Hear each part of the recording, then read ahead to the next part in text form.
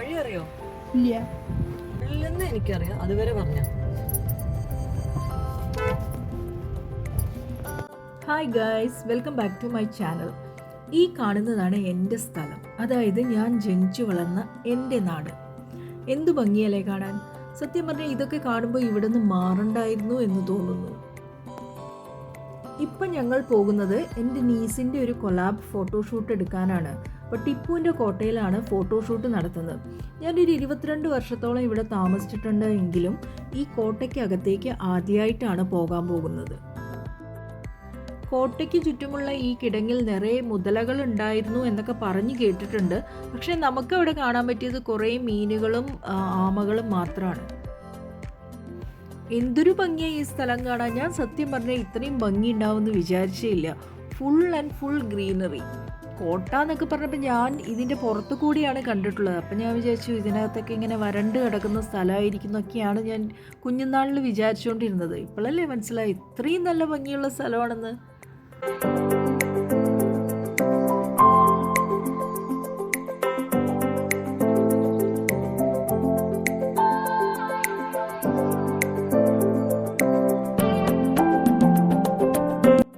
ഈ കിടങ്ങിനു കുറുകെ ഒരു പാലമുണ്ട്. അതിലൂടെ വേണം നമുക്ക് കോട്ടയ്ക്കകത്തേക്ക് പ്രവേശിക്കാൻ.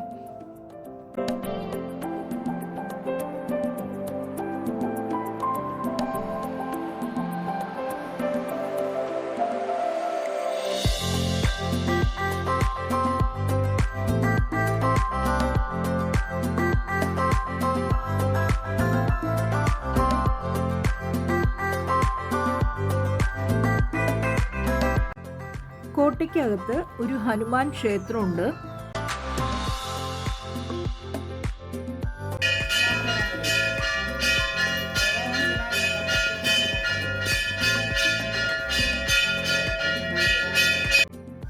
ഹനുമാൻ കോവിൽ വരെ നമുക്ക് എൻട്രി ഫ്രീ ആണ്. അതിനപ്പുറത്തേക്ക്, അതായത് കോട്ടയ്ക്കകത്തേക്ക് പോകാൻ നമ്മൾ എൻട്രൻസിൽ നിന്ന് തന്നെ ടിക്കറ്റ്സ് വാങ്ങണം.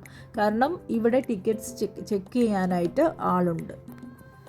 ഈ കോട്ടയ്ക്കകത്തും പരിസരത്തുമായിട്ട് archaeological museum, Hanuman temple, open air auditorium ഇതൊക്കെയാണ് ഉള്ളത്.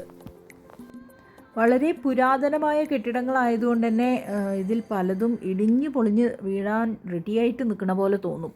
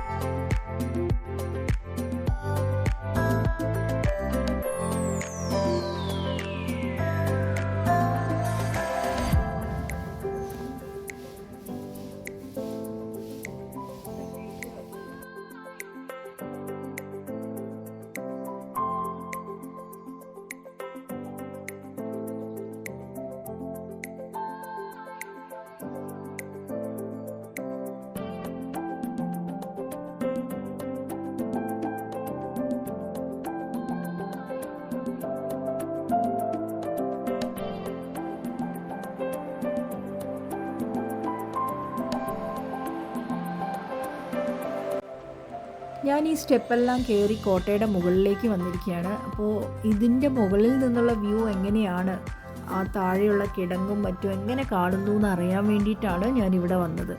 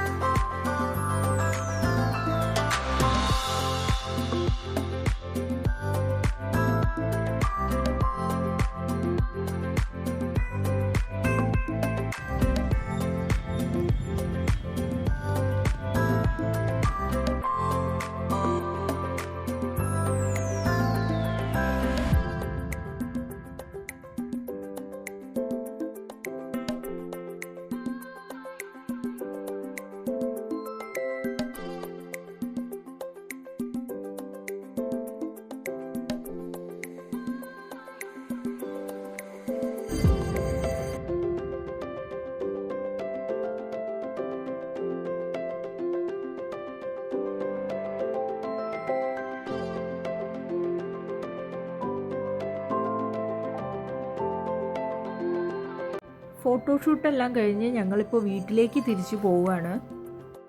ഇത്രയും വർഷം ഇവിടെ ഇരുന്നിട്ടും എനിക്ക് ഈ കോട്ടയുടെ അകത്ത് വന്നൊന്ന് കാണണമെന്ന് എനിക്ക് തോന്നിയിട്ടേ ഉണ്ടായിരുന്നില്ല. കാരണം എനിക്ക് പൊതുവേ ഞാൻ വിചാരിച്ചു വെച്ചാൽ എന്താണെന്ന് വെച്ചാൽ ഇത് ഭയങ്കര ഡ്രൈ ആയൊരു സ്ഥലമായിരിക്കും, പച്ചപ്പൊന്നും തീരെ ഉണ്ടാവില്ല എന്നാണ് വിചാരിച്ചത്. പക്ഷേ ഇവിടെ വന്നപ്പോൾ അത് എൻ്റെ ഒരു മനസ്സിലുണ്ടായിരുന്ന കാഴ്ചപ്പാട് മുഴുവൻ മാറി. എന്തുകൊണ്ട് ഞാൻ നേരത്തെ ഇവിടെ വന്നില്ല എന്നാണ് എനിക്ക് തോന്നിയത്. നമ്മുടെ വീട്ടിലേക്ക് പോകുന്ന വഴിയിലാണ് മാജിക് അവൻ ഉള്ളത്. അപ്പോൾ നമ്മൾ എപ്പോൾ പാലക്കാട് വന്നാലും മാജിക് അവനിലേക്കുള്ള ഒരു വിസിറ്റ് എന്തായാലും ഉണ്ടാവും. അപ്പോൾ ഇന്ന് നല്ല വിശപ്പുള്ളതുകൊണ്ട് തന്നെ ഞങ്ങൾ മാജിക് അവനിൽ കയറിയിരിക്കുകയാണ്.